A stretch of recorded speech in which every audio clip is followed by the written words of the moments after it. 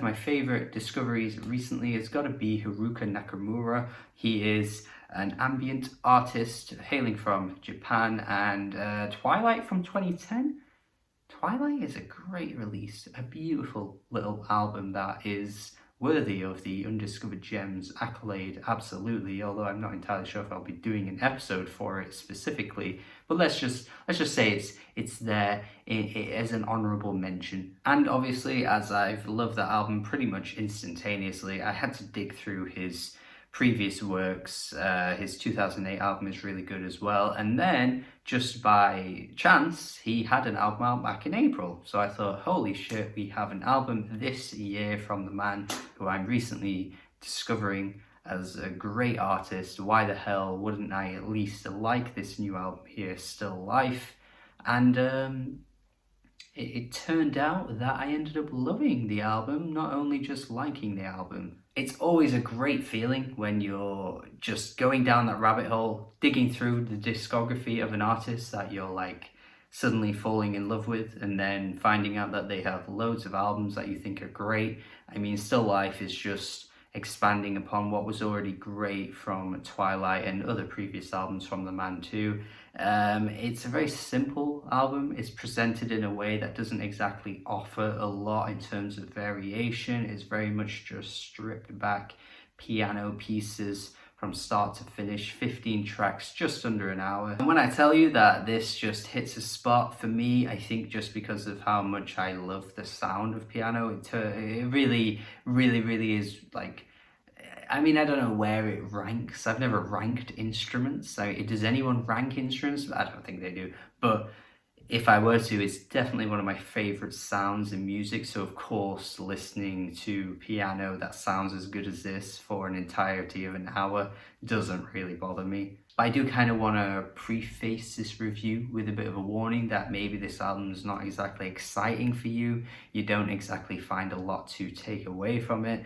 I just want you to know that if you like piano music, then yes, check this out. But aside from that, you might not necessarily find a great deal to love here. But to me, there's so much emotion that comes out of this music. This man has a really great way of conveying this pain, you know, this really touching feel that you get out of his music. There's so much more to it than just piano chords. Like, you feel like you're just hearing a story, someone telling you a really, really sad story, and that's exactly what this album does. The track Fragile just somehow tells you so much without telling you anything. Like, the way the piano sounds on this track is so haunting, it's daunting, it just really chills you in a weird way.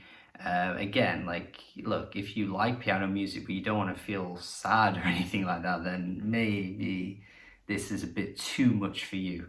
But similarly with Twilight, the album from 2010, this album just manages to set this mood that you don't often manage to find with this music, or let alone a lot of music that you come across. Like, there isn't always that instantaneous feeling that you get, like you're instantly sucked into the world that the artist is creating and you're just feeling like you're there. Like, that's exactly how I feel with this album here. It feels like a story that's just been told for years and years and years and years, and it's just got this everlasting feel to it. It just rings eternally. Some of the melodies as well just have this really life-lasting feel to them. 5 o'clock with the repeated riff that goes on and on and on.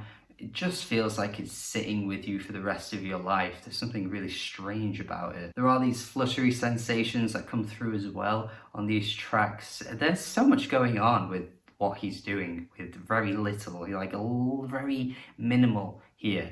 But yeah, you get these wonderful moments on tracks like Seasons, When a Wind Passes By, that just makes you go, ooh. Reminds me a lot of listening to Ichiko Aoba in the way that she can just do so much with very little, and it's just sheer raw talent. When an artist can do that, you're just amazed by how much they can do with almost nothing, like bare to the bones, and yet you're still impressed by it. Like, that's just a talent in its own. Like, that's a next level talent. Everything about this album feels so distant, like you're trying to grasp something but you can't quite reach it because of the way that Haruka is conveying this music in such a beautiful way. Like, it's crazy. All the different feelings and emotions I managed to feel just listening to this one album is insane. I don't know how he does it again with very little here, but I don't know. I think when music like this just touches that spot, you can't help but deny the impact that it has on you.